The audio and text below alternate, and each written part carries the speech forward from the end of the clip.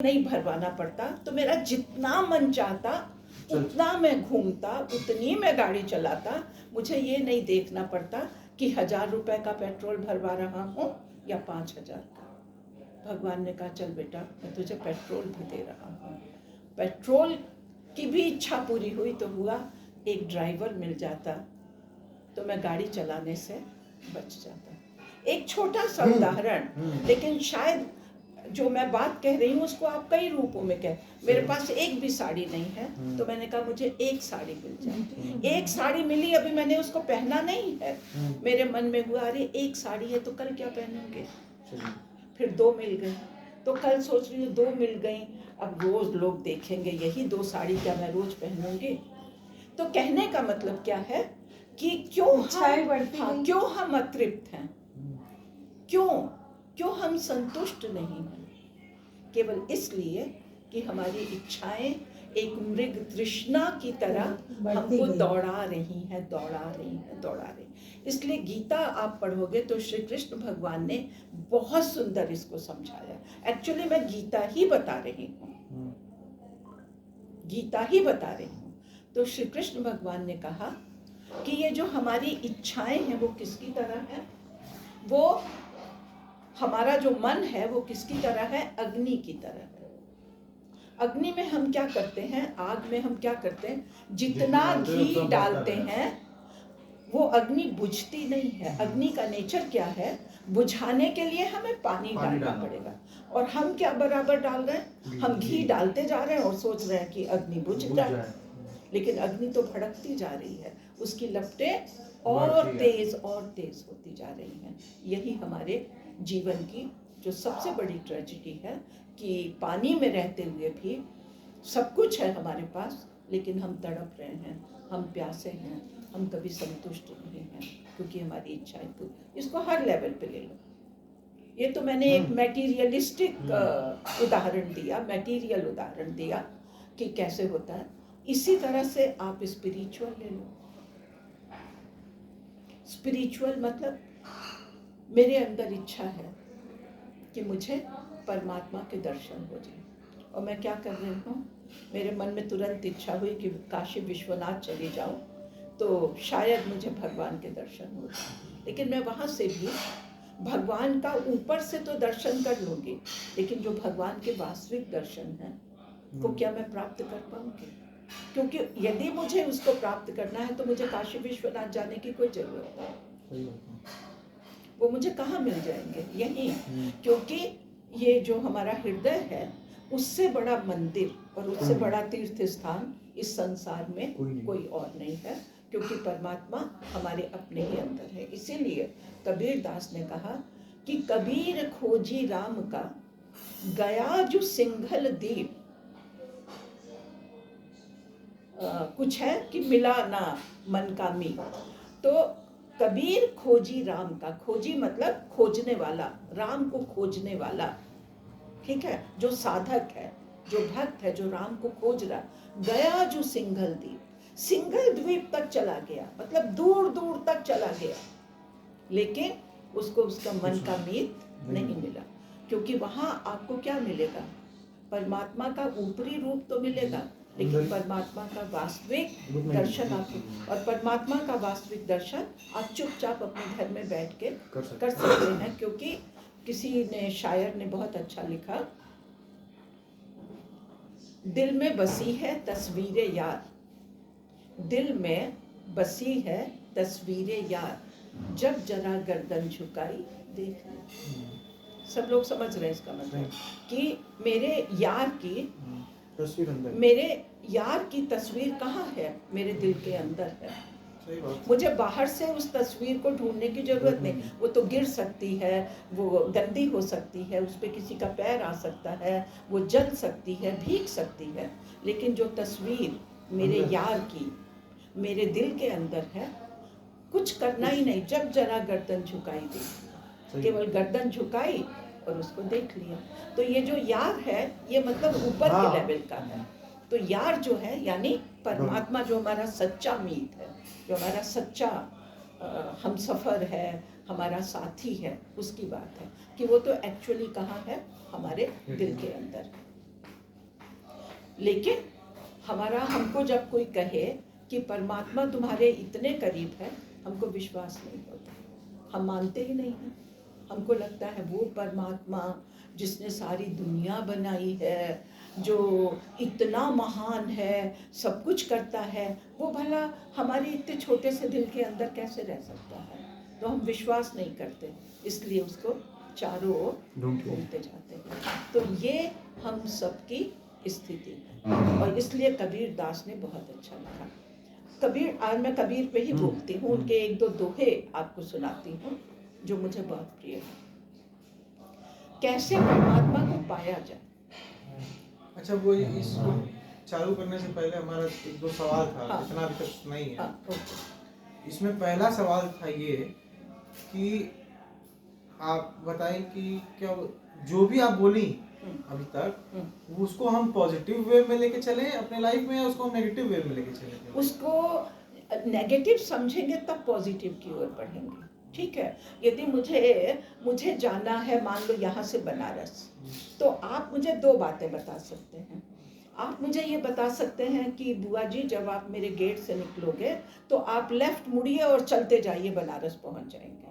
और दूसरा तरीका आप मुझे ये बता सकते हैं कि बुआ जी राइट में मत मुड़िएगा। आप समझे बात वही है या नहीं है? आपने मुझे कहा लेफ्ट मुड़ जाओ, और आपने मुझे कहा राइट मत मुड़ना। इसका मतलब क्या है लेफ्ट मुड़ना?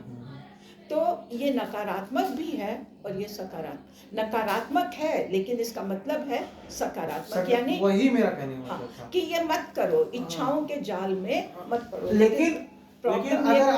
लेकिन आपकी इच्छा नहीं अगर जागृत होगी, अगर आपका जरूरत, अगर आप जरूरतमंद, मतलब आपकी जरूरतें खत्म हो जाएंगी, तो लाइफ में आपका जीने का कोई मकसद नहीं रहेगा। लाइफ में कोई मकसद नहीं रहेगा, बता रही हूँ। और प्लस आप किसी भी लायक कोई काम कर ही नहीं सकते। आज मान लीजिए फॉर एग्जांपल, हमारी सोच है कि हमें आगे बढ़ना है लाइफ में, और हमारी भूख इतनी भूख है हमारी कि हम इस समय कुछ भी पचा सकते हैं। मुझे इतनी भूख है काम की कि हम किसी लेवल तक जा सकते हैं उस काम के लिए। तो अगर ये नहीं रहेगा, एक जैसे छोटा दुकानदार है। नहीं, मैं समझ गई तुम्हारी बात। कि कैसे प्रोग्रेस होगी, कैसे सक्सेस कैसे एक छोटा दुकानदार है, वो ये सोचता है कि भाई हमको किसी तरह दिन में 1,000 रुपए कमाना। तुम्हारी बात ठीक है, लेकिन उसमें फंसो मत। मान लो कि हमको लगता है कि हमने एक दुकान खोल ली, हमने 2 दुकान खोल ली, हमने 3 दुकान खोल ली, हमने 4 दुकान खोल ली। बहुत अच्छी बात है, आप प्रोग्रेस कर रहे हैं, लेकिन आपको उससे क्या सचमुच परम शांति का अनुभव हो रहा है? यदि हो रहा है तो आप उस रास्ते पे चलो। लेकिन यदि वो करते हुए, लेकिन उस परम शांति को कैसे हम डिफाइन करें? परम शांति का मतलब है उसको आप ही को डिफाइन करना पड़ेगा। आप अंदर से बहुत संतोष का अनुभव कर रहे हैं। अभी नहीं, थोड़ी देर बाद खत्म करूँगा। या तो खूब, यदि आप लोग किचन बंद कर रहे हैं तो खूब बॉईल करके रख दो, ताकि फिर जब आप लोग तब हाँ बताओ। लेकिन अगर अब हम उसमें एक और सवाल डाल देते हैं जी, कि हो सकता है कि हमको ये संतोष हो कि हम बहुत अच्छा बिजनेस कर रहे हैं। ठीक, हम ये मानते हैं कि हमें संतोष है कि हम बहुत अच्छा बिजनेस कर रहे हैं, लेकिन हो सकता है कि हमारे परिवार वालों को या हमारे और लोगों को ये लगता हो कि ये तो इसको संतोष खाली बिजनेस करने में, परिवार नहीं है देखता है। मतलब उनको ये संतोष नहीं है कि जो हम काम कर रहे हैं वो सही है या नहीं। मतलब वो भागे जा रहा है, पैसे के पीछे भागे जा रहा है। मेरी संतुष्टि क्या है, जैसे अगर मान लीजिए हम एग्जांपल हम अपने आप को लेते हैं, तो हम ये सोचते हैं कि हम हर एक चीज को जो है एक समान बराबर लेके चले अपने लाइफ में। जैसे हमारे लिए परिवार भी बहुत इंपॉर्टेंट है, तो हमारा बिजनेस उससे भी ज्यादा हमारे लिए इंपॉर्टेंट है, क्योंकि वो हम नहीं करेंगे तो हम परिवार कैसे संभालेंगे? बिल्कुल ठीक। तो हमें परिवार को भी संभालना है, हमको बिजनेस को भी संभालना है। लेकिन हो सकता है ये भी कि जो परिवार वाले सोचते हो कि ये तो खाली बिजनेस पे ध्यान देता है, अपनी सुख अपनी जरूरतों को खाली एक ये समझता है, सीमित कर दिया है कि किसी भी बस खाली दिन भर बिजनेस ये नहीं है उसमें। लेकिन हमें परमानंद क्या है कि हम बिजनेस बहुत अच्छा कर रहे हैं, और जितना हमारा समय परिवार गुजार रहा है उससे ये है कि बस चलो ठीक है। तो क्या वो भी तो उसमें सबसे बड़ी बहुत अच्छे प्रश्न है। मैं ऐसा नहीं कहती कि मुझे इसका उत्तर मालूम है, कोई मैं उतनी हाँ। पहुंची चीज नहीं हूँ, नहीं, ठीक है, लेकिन बोलिए, हम खाली लोग आपकी- आपस में हाँ। डिस्कस कर रहे हैं। हाँ। उसमें ये है कि हमारे यहाँ कहा गया है बैलेंस बनाओ। जब भी बैलेंस आपका बिगड़ेगा तुरंत आप लड़खड़, आप दो पैरों से चल रहे हो, आपके पैरों का बैलेंस जब तक ठीक है आप गिरोगे नहीं, आप चलते जाओगे, आप चाहे धीरे चलो चाहे तेज चलो। जैसे ही आपका बैलेंस बिगड़ा, हो सकता है इतनी सी सीढ़ी हो आप गिर जाएंगे कि नहीं, क्योंकि आपका बैलेंस बिगड़ गया। बैलेंस बनाओ। एक चीज सुनो, गौतम बुद्ध के पास राजा मिलिंद गए थे, तो राजा मिलिंद ने कहा, गौतम बुद्ध से कुछ सवाल पूछे थे, बड़े फेमस सवाल हैं। तो उनमें उन्होंने कहा कि राजा मिलिंद ने कि मैं यदि सारे, आप तो भिक्षु हैं, मतलब आप तो सन्यासी हैं, यदि मैं भी सन्यासी बन जाऊं तो आपका क्या कहना है, मैं बन जाऊं? उन्होंने कहा नहीं, तुम राजा हो, तुम्हारा बहुत बड़ा कर्तव्य है, तुम नहीं बनना भिक्षु, क्योंकि हर व्यक्ति का एक अपना कर्तव्य है। तुम भिक्षु बन गए तो राजा का कर्तव्य कौन निभाएगा? तो उन्होंने एक उदाहरण दे करके इस बात को समझाया।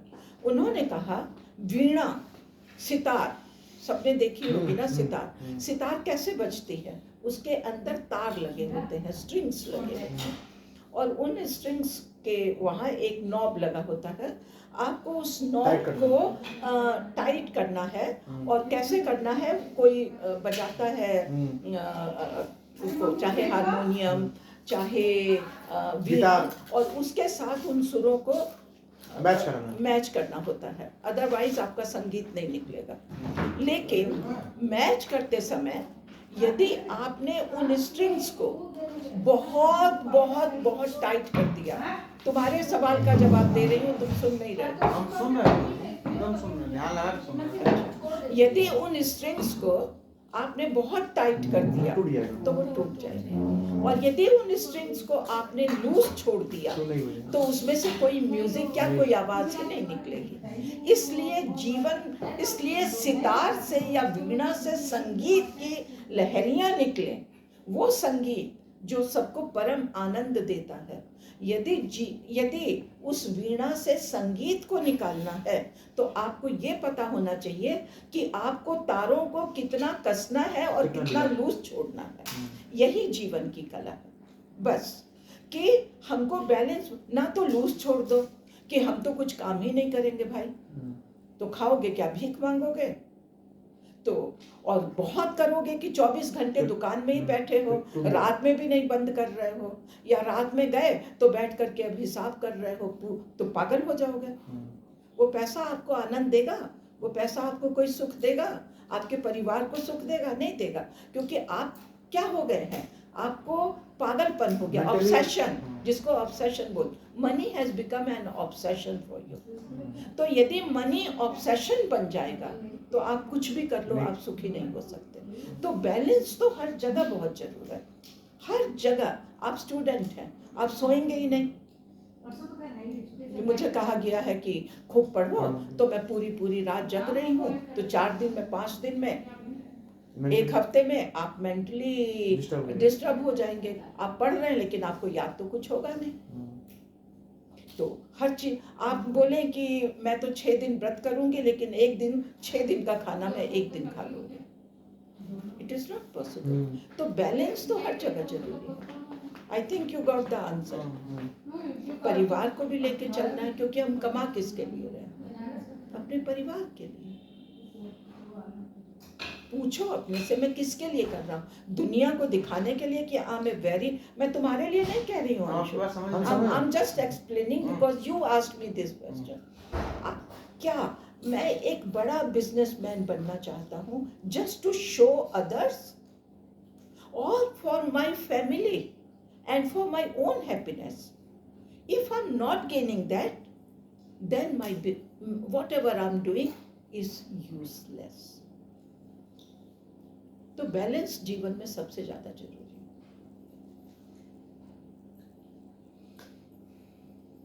ठीक, और कोई बात? हाँ, एक और क्वेश्चन है। हाँ बोलो। कि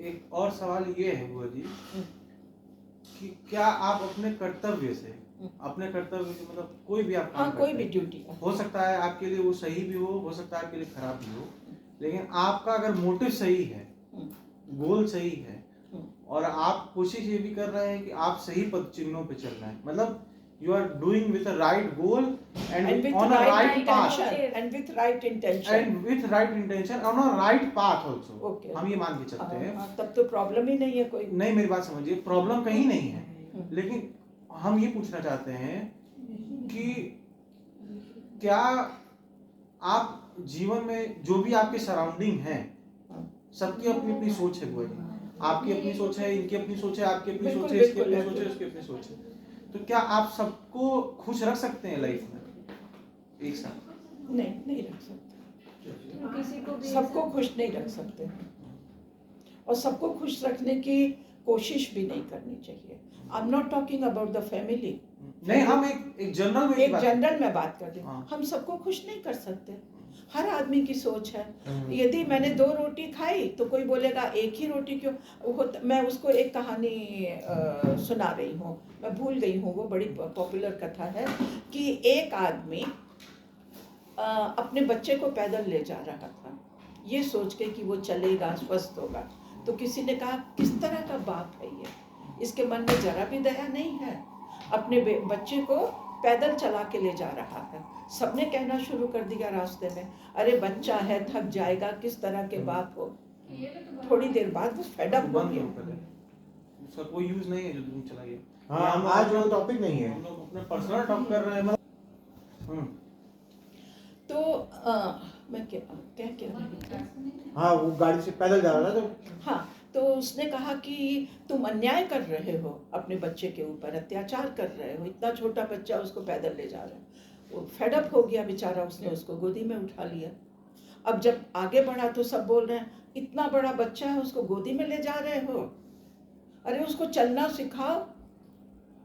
समझ रहे? वो आदमी परेशान हो गया, उसको समझ में नहीं आया कि वो करे तो क्या करे। मतलब एक उदाहरण है कि आप जो भी करेंगे उसमें कोई आपकी प्रशंसा करेगा, लेकिन कोई आपकी प्रशंसा नहीं करेगा। आपको डिसाइड करना। जो हमारे यहाँ एक बहुत अच्छी बात कही गई है, हम कैसे तय करें कि जो मैं कर रहा हूँ वो सही है या नहीं।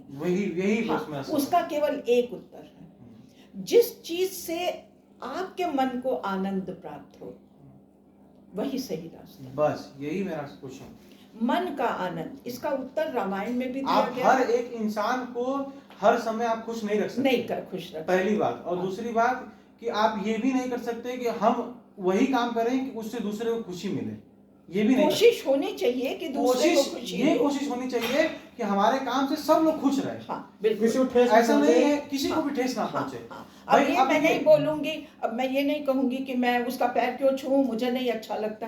तो नहीं, हमारे यहाँ नियम बनाए गए हैं बस कि वही बात। बड़ों का भाई, आदर करो। जो हमें क्या पूछा, क्वेश्चन क्या था मेरा क्वेश्चन में पहला लाइन यही था बुआ जी कि if I am on a right path with a right intention, बिल्कुल। तब उसमें अगर ये होता कि हमारा, मान लीजिए हमारा क्या बोलते हैं, गोल राइट था लेकिन इंटेंशन गलत था, या इंटेंशन भी सही था, राइट गोल भी था, लेकिन पाथ गलत था, तो उसमें तो दुखी है कोई, तो उसमें कोई भी नाराजगी नहीं होनी चाहिए उसको। लेकिन अगर मेरा राइट पाथ है, राइट गोल है, राइट इंटेंशन है, तो भी अगर कोई नाराज होता है किसी बात को लेके, तो की बात हम पूछे, तो इसका मतलब। लेकिन यहाँ भी एक बात है। हाँ। हम कई लेवल पे जीते हैं अंशु। हम 3-4 लेवल पे अपना जीवन जीते हैं। एक है हमारा मतलब इंडिविजुअल लेवल। इंडिविजुअल लेवल का मतलब है कि जो मैं शराब पीऊंगी तो मेरी अपनी लाइफ है, मैं तो ड्रग लूंगी, ये तो मेरी अपनी जिंदगी है। तो हो सकता है आपके लिए वही सही हो। हाँ, मेरे लिए वही सही है, मुझे वही अच्छा लगता है। मैं क्यों बात मानूं भाई, मेरे माँ बाप बोल रहे हैं ड्रग मत लो, मैं तो यही लूंगी। मेरे माँ बाप ने कहा शराब मत पियो, मैं तो बोल रही हूँ मैं शराब पीऊंगी, मुझे उसमें आनंद मिल रहा है। तो इंडिविजुअल सुख के लिए मैं वो काम कर रही हूँ। समझ रहे हो? तो एक हुआ इंडिविजुअल लेवल, दूसरा है फैमिली लेवल, तीसरा है सोशल लेवल, एंड फोर्थ है पूरे समाज के, पूरे मतलब पूरे विश्व के लिए। ठीक है, तो हमको क्या देखना है कि जो हमारे इंडिविजुअल सुख से हमारे फैमिली और हमारे सोशल स्ट्रक्चर को आपस में क्लैश नहीं होना चाहिए। ये आप नहीं कह सकते कि मुझे मेरा राइट पाथ है, लेकिन आप at the same time you are a family member, तो आपके लिए वो ठीक है, लेकिन आप केवल अपने सुख की बात नहीं सोच सकते हैं। जैसे राम का उदाहरण लो, उस दिन हम बात कर रहे थे, तो राम का तो as individual, as family member, उनका तो सबसे बड़ा सुख होना चाहिए था कि सीता जी को अपने साथ रखें, लेकिन उनके लिए सबसे बड़ा सुख क्या बना? सबका सुख। इसलिए वो गए। मैं आपको रामायण की कथा से ही कुछ उदाहरण देती हूँ कि जब ये वाल्मीकि रामायण में है, रामचरितमानस में नहीं, कि जब राम जी को कैकेयी वनवास की आज्ञा देती हैं, तो राजा दशरथ तो वही है ना, लेकिन राजा दशरथ सुन के इतना शॉक्ड हो गए, इतना रो रहे हैं, इतना आंसू बहा रहे हैं कि वो कुछ बोल ही नहीं पा रहे हैं। वो तो दुविधा की स्थिति में है, राम को क्या बोले कि माँ की बात मानो या नहीं मानो। तो वो बेचारे एकदम मतलब मान लो कि छोड़ देते हैं कि राम क्या निर्णय लेंगे, तो राम तो इमीडिएटली निर्णय ले लेते हैं कि मुझे तो जंगल जाना है, मुझे अपनी माँ की बात माननी है। ठीक है, विरोध क्यों नहीं करते हैं उसका? विरोध इसलिए नहीं करते हैं कि उनको पता है मेरे विरोध करने से क्या स्थितियां उत्पन्न। यही मैंने कहा कि अभी मैं इस प्रश्न का, आपके प्रश्न का उत्तर दे रही हूँ कि हमारा इंडिविजुअल सुख क्या मेरे फैमिली सुख में बाधा बन रहा है, या मेरे किसी त्याग से मेरे परिवार का, मेरे समाज का कल्याण हो सकता है। तो हम केवल अपने मैं जी अगर सकती मान हूँ, लीजिए कि नहीं एक मिनट, मैं अपने इंडिविजुअल सुख के लिए जी सकती हूँ, मुझे नहीं मतलब है कि तुम क्या सोच रहे हो, कोई क्या, जो मेरा मन हो, मैं दिन में 12 बजे तक सो रही हूँ, मुझे इससे कोई मतलब नहीं है कि सुबह उठना चाहिए। मेरा जो जी चाह रहा है मैं कर रही हूँ, मेरा मन है मैं घूम रही हूँ, मेरा मन है मैं शराब पी रही हूँ, मैं ड्रग ले रही हूँ, व्हाटएवर, प्रोस्टिट्यूशन कर रही हूँ, जो मेरा जी चाह रहा है मैं कर रही हूँ। तो क्या I am a good family member? मेरे परिवार को मेरे व्यवहार से दुख होगा कि नहीं होगा? तो what I am doing good और आई एम डूइंग बैड? तो इसलिए ये सब जो क्वेश्चन है, इनके आंसर सिंपल भी हैं और सिंपल नहीं भी है। इसलिए जब भी हम कुछ सोचते हैं, हमको उसको ग्लोबल लेवल पे सोचना चाहिए, बैलेंस लेवल पे सोचना चाहिए। हाँ, तब जा करके हम खुद भी सुख पाएंगे और हमारे व्यवहार से दूसरों को सुख मिलेगा। और तब क्या होता है अंशु, कि जो हमारा अपना सुख है वो सबका सुख बन जाता है। जैसे तुलसीदास जी ने जब रामचरितमानस लिखा, तो एकदम शुरू का 7वां जो श्लोक है, उसमें उन्होंने लिखा कि नाना पुराण निगमागम सम्मतम यत् रामायणे निगदितम क्वचितन्य तोपि स्वान्तः सुखाय तुलसी रघुनाथ गाथा भाषा निबंध मति मंजुल मातनोती। क्या मतलब है?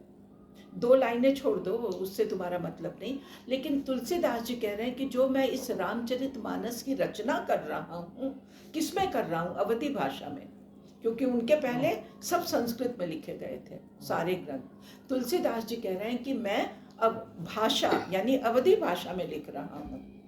किसके लिए लिख रहा हूँ? स्वांतः सुखाय, स्वांतः अपने अंतःकरण के सुख के लिए लिख रहा हूँ। लेकिन तुलसीदास का जो सुख है वो किसका सुख बना?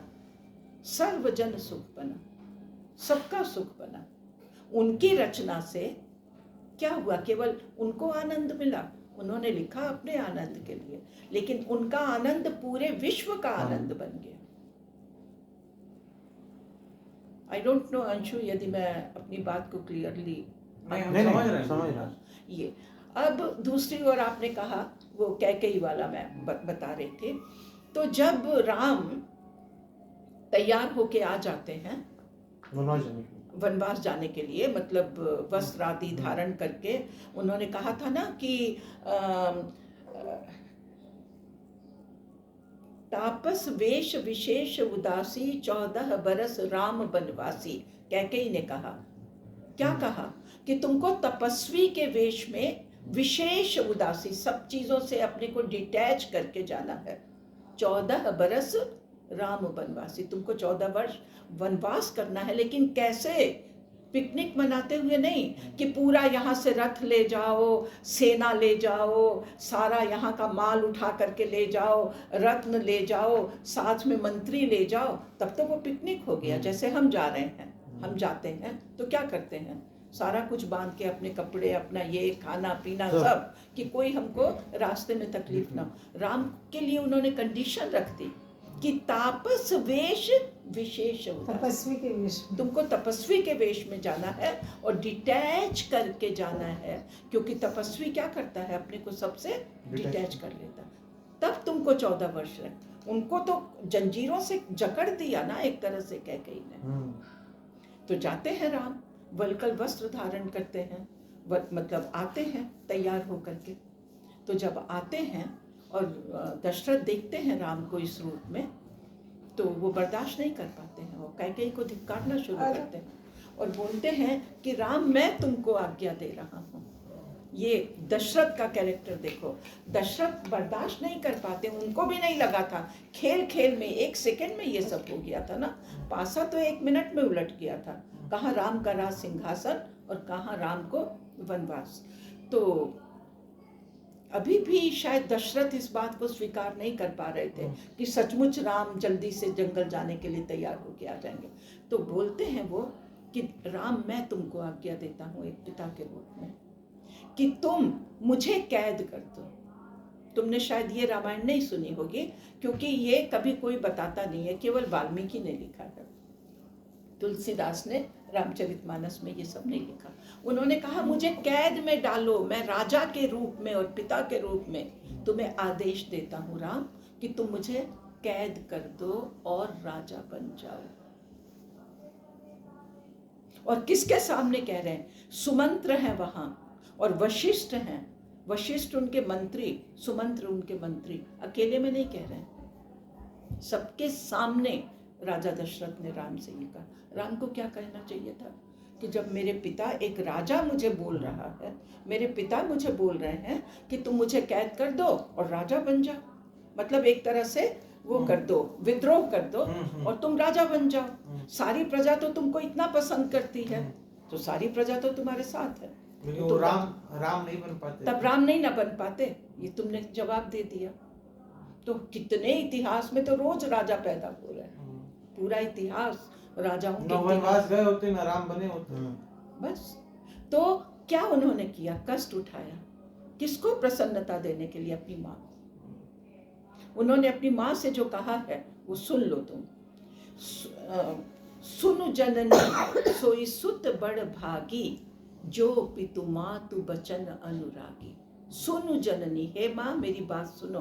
कैकेयी को विश्वास नहीं था कि मैं कहूंगी कि राम तुम 14 वर्ष के लिए जंगल जाओ तो राम बोल देंगे ओके माता जी मैं चला। कोई भी नहीं, कोई सोच भी नहीं सकता। लेकिन राम जी ने कहा कि सुन जननी सोई सुत बड़ भागी। हे माँ सुनो, वही पुत्र सौभाग्यशाली है जो पितु मातु वचन अनुरागी, जो अपने माता पिता के वचनों में प्रेम रखता है, यानी उनकी आज्ञा का पालन करता है। और बोले क्यों घबरा रही हो माँ, उदास मत हो। मुनिगण मिलन विशेष बन, सबहि भांति हित तोर। तापस पितु आयसु बहुरी, सम्मत जननी तोर। भरत प्राण प्रिय पावहि राजू, विधि सब विधि सन्मुख मुहि आजू। इसको सुनोगे तो तुम्हारे रोंगटे खड़े हो जाएंगे। ये है राम, ये है राम। बोलते हैं सुनु जननी सोई सुत बड़ भागी, जो पितु मातु बचन अनुरागी। मुनिगण मिलन विशेष मन, आप चिंता मत करो, आप तो मुझे सब आनंद दे रहे हो। मुनिगण मिलन विशेष मन, जो हमारे यहाँ परंपरा बनाई गई है कि 75 वर्ष के होकर के तब तपस्वी सन्यासी बनते हैं, तो मुझे 75 वर्ष तक इंतजार करना पड़ता। आपने तो मुझे अभी वो मौका दे दिया। मुनिगण मिलन विशेष पर वन जाऊंगा, तो संतों से, मुनियों से मिलने का मुझे मौका मिलेगा। मुनिगण मिलन विशेष बन, सब ही भांति हित मोर। मेरा तो हर तरह से हित ही हित है, कल्याण ही कल्याण है।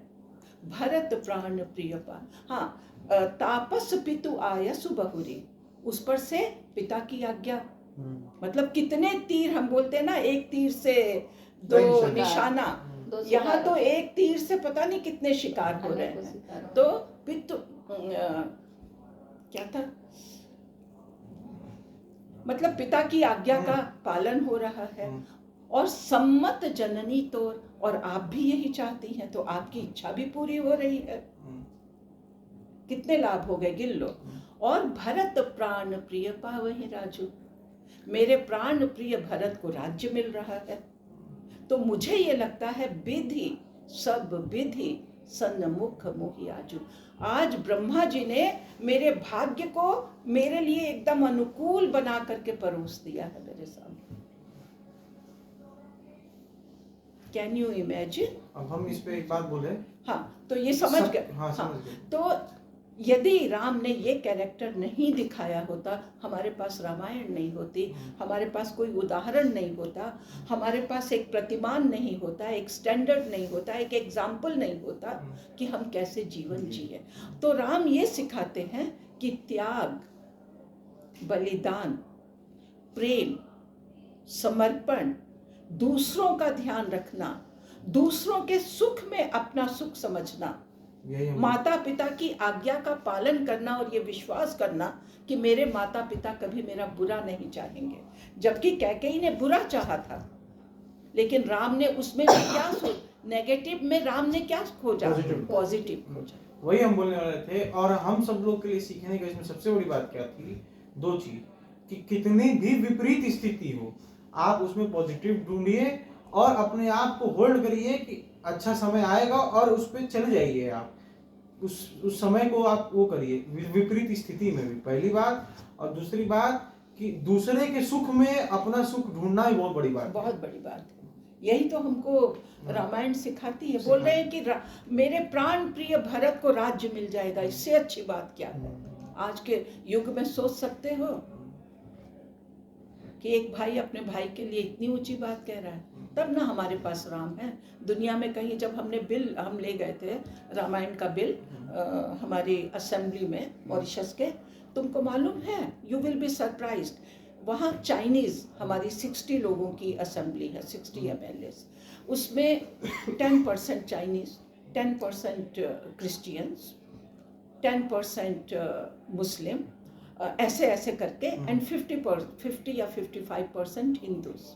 तो होना तो ये चाहिए था कि केवल हिंदू उसका समर्थन करते उस बिल का, कि रामायण का बिल पहली बार इतिहास में दुनिया में एकमात्र, ये अरुण जी का कंट्रीब्यूशन है कि दुनिया का एकमात्र देश है वो है मॉरिशस, जहां एक एक्ट से रामायण सेंटर की स्थापना हुई। लेकिन यू विल बी सरप्राइज्ड कि जब वो एक्ट के ऊपर बहस होती है ना, जब बिल जाता है, बिल एक्ट बाद में बनता है, पहले वो बिल उसका नाम होता है, बिल ले जाया जाता है, उसके ऊपर कई रीडिंग्स होती हैं, फिर उसके ऊपर बहस होती है, और बहस होने के बाद जाकर के, हाँ, तब जाकर के वो बिल पास होता है, then it becomes an act. तो वहाँ पर ना किसी चाइनीज, ना किसी मुस्लिम, ना किसी क्रिश्चियन, ना किसी क्रियोल, किसी ने भी उसका विरोध नहीं किया, और सबने ये कहा हम सब चाहते हैं कि हमारा बेटा राम जैसा हो, हम सब चाहते हैं कि हमारा राजा राम जैसा हो। तो मेरा कहने का मतलब क्या, सर्वसम्मति से वो बिल पास हुआ। एक भी 60 में एक भी मेंबर ऐसा नहीं था जिसने उस बिल का विरोध किया। ये है रामायण की खूबसूरती। हम भारत की बात कर रहे हैं, उस समय अटल जी थे प्राइम मिनिस्टर, 2001 में ये बिल पास हुआ था। अरुण जी आए थे 2002 में, अटल जी से मिले, अटल जी को उन्होंने बताया हमने रामायण सेंटर एक्ट बना करके उसकी स्थापना की है। अटल जी बोले क्या बात कर रहे हो, भांग वांग पिलाई थी क्या वहाँ लोगों को? यहाँ पे 450 लोगों की कॉन्स्टिट्यूएंट असेंबली है बुआ जी, और उसमें से 200 लोग ऐसे होंगे जो अयोध्या में राम मंदिर का विरोध किए विरोध कर रहे हैं। और आज भी कर रहे हैं। भले सामने से मजबूरी अब उन लोगों की आ गई कि इतना इसको हाईलाइट कर दिया गया तो नहीं बोल सकते, वरना अब जूते ही पड़ेंगे उन सबको, लेकिन आज भी विरोध कर रहे हैं अंदर से। हाँ, क्योंकि वो समझ नहीं रहे हैं कि हाँ। राम क्या है क्या है? और क्या हमको राम की आवश्यकता। ठीक है, मैं भी सब, किसी ने मुझसे एक बार एक मेरा इंटरव्यू किया तो बोले कि अच्छा आपने किस हद तक रामायण की वैल्यूज़ को अपनाया है। मैंने कहा हो सकता है मैंने बिल्कुल नहीं अपनाया हो, लेकिन मैं कोशिश करती हूँ, फेल हो जाती हूँ कि बात दूसरी है। कोशिश तो करो। जब भी गलत काम कोई होता है, हम इंसान हैं, हमसे गलतियां होती हैं, पग पग पर गलतियां होती हैं, लेकिन जब गलती होती है तो तुरंत कहीं से दिमाग में मतलब अंदर से आवाज आती है कि तुम रामायण का काम कर रही हो, तुम ये गलत काम कैसे कर सकती हो, कम से कम एक ब्रेक तो लगाना मुझे। तो यदि ब्रेक भी लग गया तो मैं समझती हूँ यही मेरी अचीवमेंट है, क्योंकि हम नहीं बन सकते ना राम तो एक ही हुए, लेकिन कम से कम थोड़ा बहुत तो हम सीखें।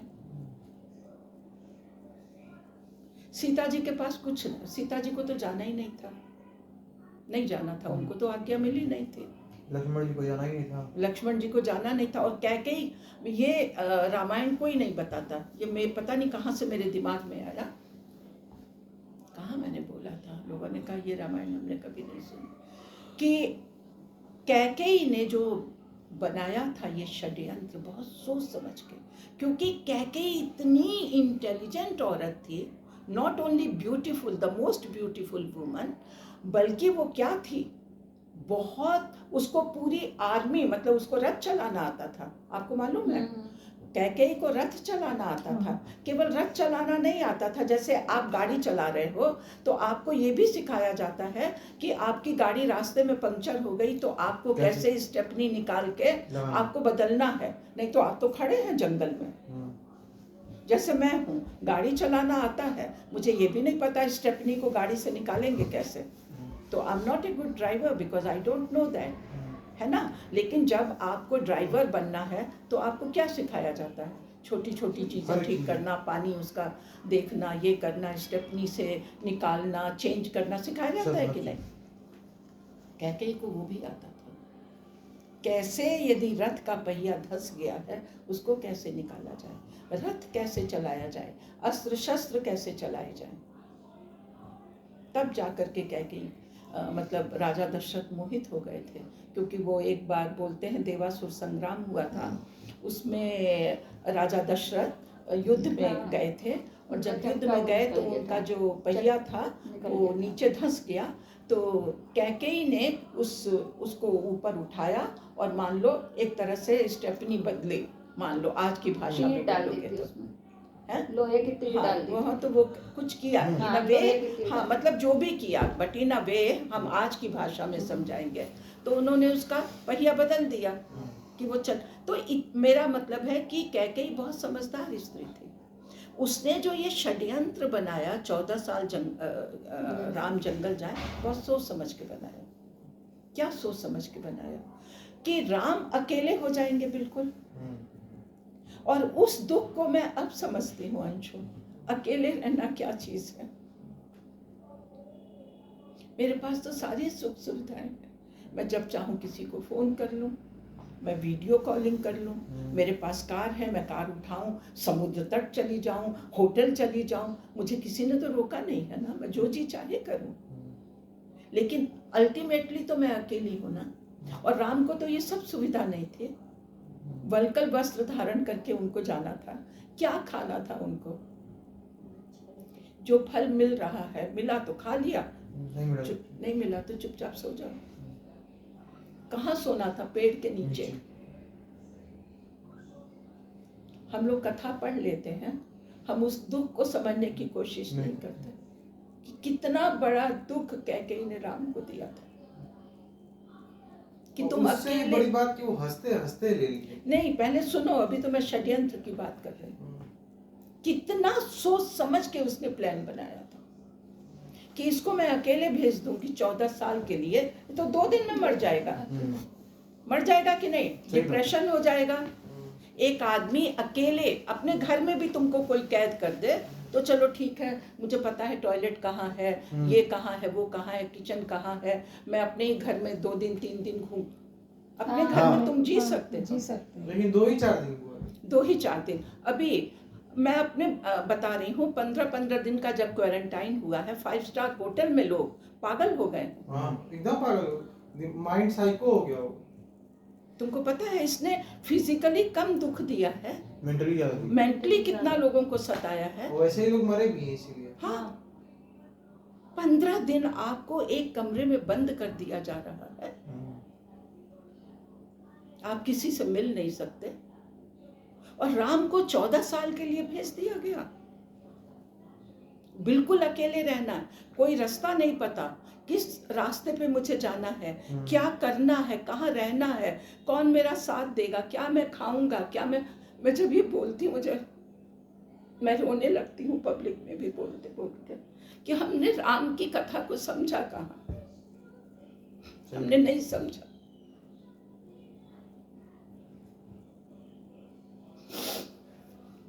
बहुत दुख उठाया था राम ने। तो कैकेयी ने सोचा कि राम अकेले जाएंगे, कुछ दिन रहेंगे, या तो उनको ये सब जानवर, जंगली जानवर खा जाएंगे, या वो डिप्रेशन में आकर के या तो आत्महत्या कर लेंगे। खत्म कहानी। कौन 14 वर्ष के बाद आएगा और अच्छा, कौन ये राज्य देखो जी हाँ? कि ये 14 वर्ष का जो समय था, ये किस पर मतलब क्या सोच नहीं, अब कुछ सोच के एक मतलब बहुत बड़ा समय होता है ना 14 वर्ष। जैसे कहने का मतलब हो ये- सकता हाँ, है मैं समझ 15 रही हूँ। भी उम्र कैद है, उसमें- 14 साल की अब उम्र कैद हो बोलते जाती है। 15 तो बोलते 15 क्यों, बोलते 13 तो हाँ, 13 वही क्यों? नहीं, 14 साल की जो ऐसा- उम्र कैद बोली जाती है वही 14 साल उस समय का वो होता वनवास। नहीं, 14 साल उसमें की ये जो कुछ उम्र मेंशन है रामचरितमानस में कि क्यों दिया गया? क्यों, ये नहीं, अच्छा। ये खाली बस कहा है 14 वर्ष। शायद सोच समझ के उसने ना 14 वही वर्ष का, इसीलिए हाँ, लेकिन कुछ सोचा कारण नहीं होगा। बताया गया है कि क्यों कहा 14 वर्ष, तो 14 वर्ष का दिया। लेकिन सीता जी खड़ी हो गई। मधु ये सुनो, सीता जी को तो नहीं वनवास मिला था ना, और राम जी आके सीता को नहीं बताते हैं, सीता जी खुद आ जाती हैं, कान में भनक हो जाती है ना, तो सीता जी आ जाती हैं अपनी सास के पास, कौशल्या के पास आके बैठ जाती है, और राम आते हैं। देखो राम का कैरेक्टर, आज हम होते तो पहले किसके पास जाते? मान लो अंशु, तुमको कोई गुड या बैड न्यूज़ मिले तो तुम सबसे पहले किसको सुनाना चाहोगे? अपनी बीवी को। This is our nature.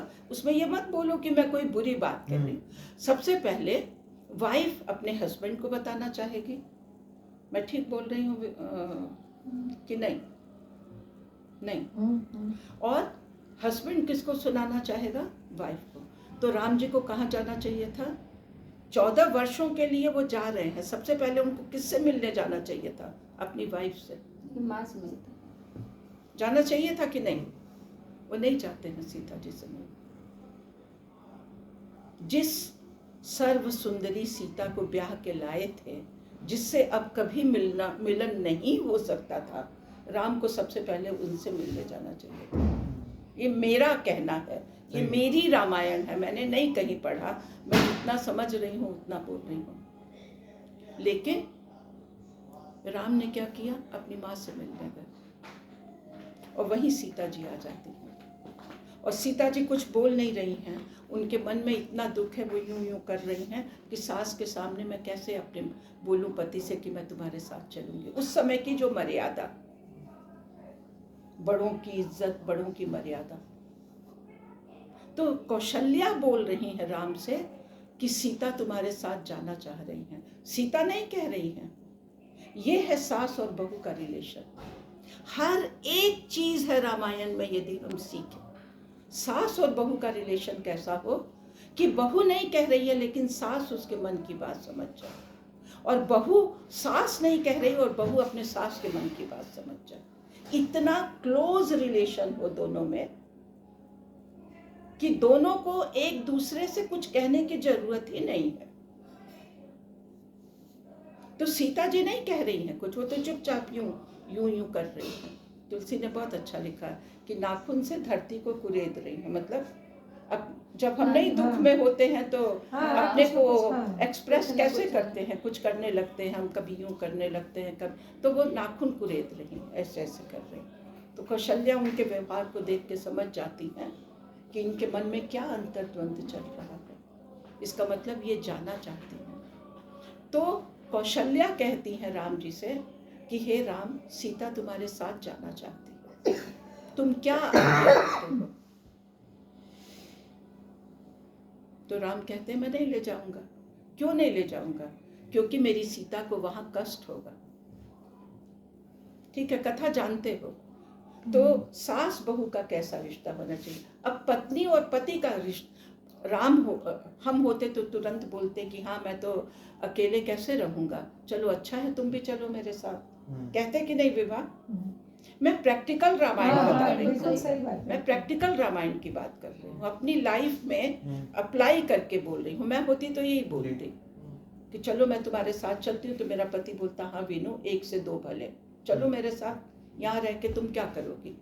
अब तो तुमको कोई अधिकार भी यहाँ नहीं है। क्या पता भरत आके तुम्हारे साथ क्या दुराचार करे, क्या व्यवहार करे।